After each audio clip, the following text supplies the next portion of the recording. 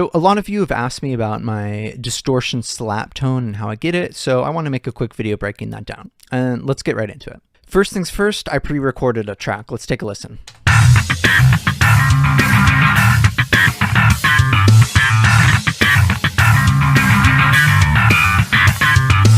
So for every one bass part that I have 6 tracks of bass. I have a main bass track. I have extra, which is going to be for a little bit of high end and treble. I have the left, right, and middle, which are going to be pan tracks that don't really have any kind of clarity. They just give it some fullness and some boost. Then there's an effects track, which has a cloner, a flanger, and some reverb. If I take everything off it, this is how it sounds.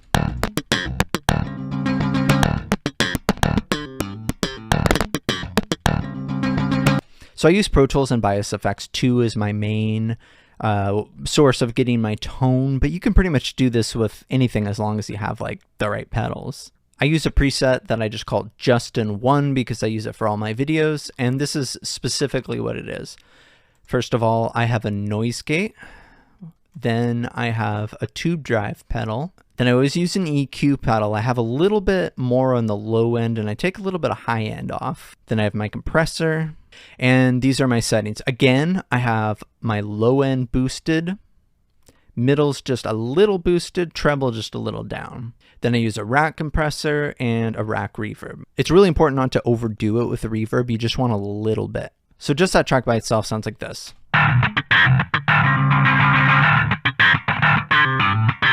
Professional audio engineers are probably going to be yelling at me for this because it's kind of just my own thing, but I think it works. So I have these 3 tracks, left, right, and middle. Let's just solo those for a second.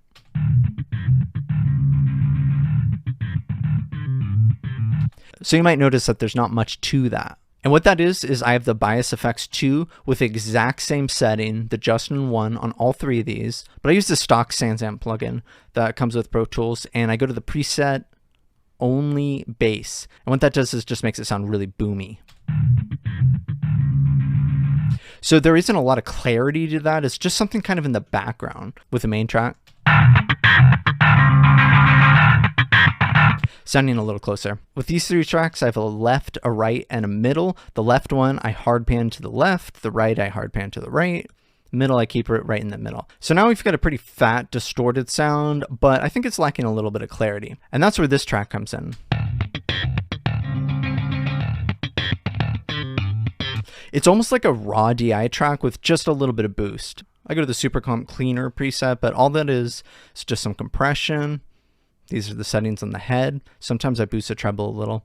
And again, that rack compressor. And if you blend that in, this is how it sounds.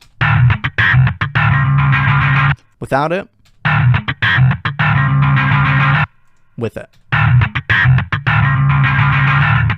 Just feel like it adds some more of that high end. And for the last track, I have an effects track. And this is one that sometimes I have a lot on it. Sometimes I barely have anything. Sometimes I don't have it at all. But it sounds like this.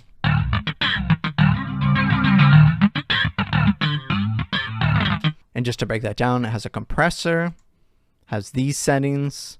It has a cloner pedal, which is basically like a chorus pedal. Then it has a flanger pedal. Then it has rack reverb. So put that into the mix and it sounds like this. If you boost the effect, a little, it sounds like.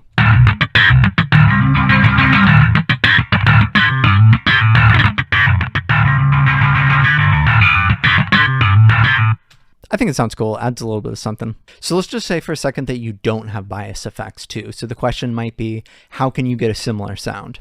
And the answer is all you have to do is replicate what's going into the signal chain. So on my main Bias FX tracks, what are the most important things I have? Certainly the drive is important, the EQ is important, the compression is important, and I already have a compressor here, so I don't have to duplicate that. And then there's a little bit of reverb, but you don't really need that. You can have it if you want. Also, I have a noise gate at the beginning. So let's just start with that. This red track, I created a new one to recreate that sound. Go to stock plugins. If you go to Dynamics, you have this expander gate plugin that basically serves the same purpose as your noise gate. Then you have a drive plugin. You can just go to stock plugins, go to harmonic, SansAmp. I like the Hendrix preset. Then there's an EQ, and it has a little bit of low end, mostly mid boosted, high taken off. So you just go to EQ, EQ band. See, that's the same kind of thing. It has a little bit of low end, a lot of mid, and some high end taken off. Then I have digital compression. Just go to dynamics, compressor limiter. Sometimes I like to add a little bit of gain. All together, let's see how that sounds.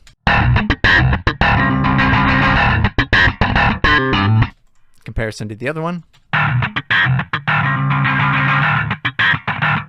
Sounds a little bit different, but it's the same idea. Different gear will get you different tones, so just play around with it and see what you like. And that is pretty much it. Hope you enjoyed.